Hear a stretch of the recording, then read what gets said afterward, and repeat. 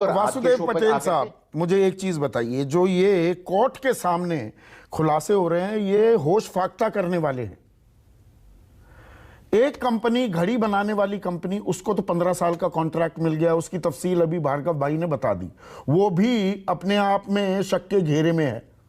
सही मायने में तो कॉन्ट्रैक्ट दिया ही नहीं गया है, पर दे भी दिया गया, और उसका सब कॉन्ट्रैक्ट एक ऐसी कंपनी को दे दिया जिसको मरम्मत का कोई तजर्बा नहीं, और फ्लोरिंग बदल दी जाती है, एंकर पिन जंग लगा हुआ है, ना ऑयलिंग ग्रीजिंग की जाती।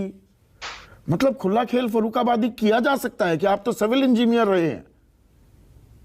गुजरात में गत 5-10-15 साल से नियम से सरकार चलती नहीं है।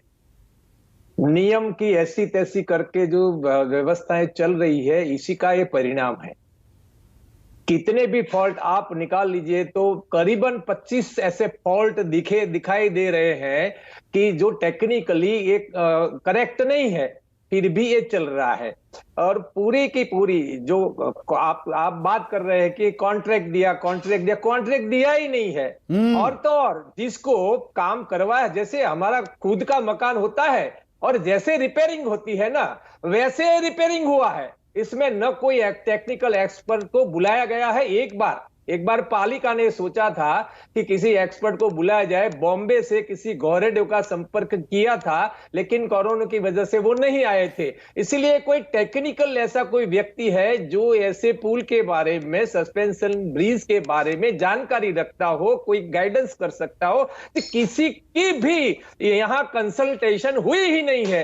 तो कहीं पर टेक्निकल के बारे में कहीं न कंसल्टेशन हुई है, न कंसल्टिंग कोई इंजीनियर रखा गया है, ऐसा कोई मैसेज है। ये तो सामान्य घर का जैसे रिपेयरिंग काम होता है, ऐसे एक रिपेयरिंग काम रंग रोगान हुआ है। सिर्फ प्लेट बदले गए हैं, न इनके जो रोप था वो नहीं बदला गया है, न इनके फ्रेम बदले गए हैं, न इनके बॉम्ब बदले गए, कुछ नहीं बदला है। सारे के सारे रंग लगी हुई चीजें। नियम क्या कहते हैं वासुदेव भाई? सारे सरकार के, गुजरात सरकार के नियम क्या कहते हैं?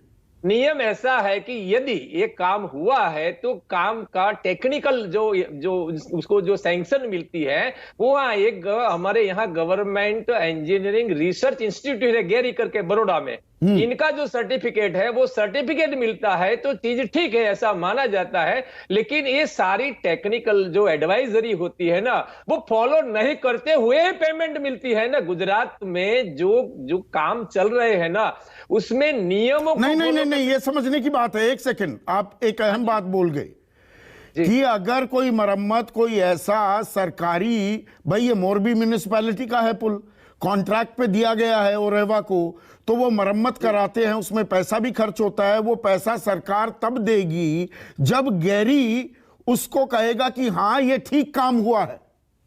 नहीं, ऐसा नहीं है। ये जो कॉन्ट्रैक्ट हुआ है ना पालिका के साथ, ये मरम्मत खुद कराए, ओरेवा कंपनी कराएगी और 15 साल के लिए इनका इस्तेमाल करेगी, ऐसा कॉन्ट्रैक्ट है। ऐसा कॉन्ट्रैक्ट नहीं कोई। इसलिए तो टेक्निकल मैटर के बारे में जो लूप्स रह गए हैं, इनकी वजह से रह गए हैं ना।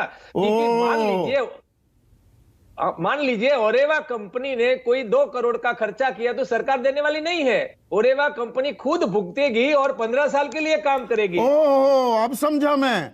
उसके 2 करोड़ लगे तो वो जल्दबाजी है जी। 17 रुपए वयस्कों से, अडल्ट से लेने हैं, 12 रुपए बच्चों से लेने हैं। भाई धंधा करना है, धंधा है ये धंधा। मेरे 2 करोड़ रुपए खर्च हो गए, 6.5 महीने 6 महीने लग गए, अब नोट छापने हैं। आदमी मौत के मुंह में समा जाए, कोई फर्क नहीं पड़ता और कोई बंदिश भी नहीं है। आप ये कह रहे हैं?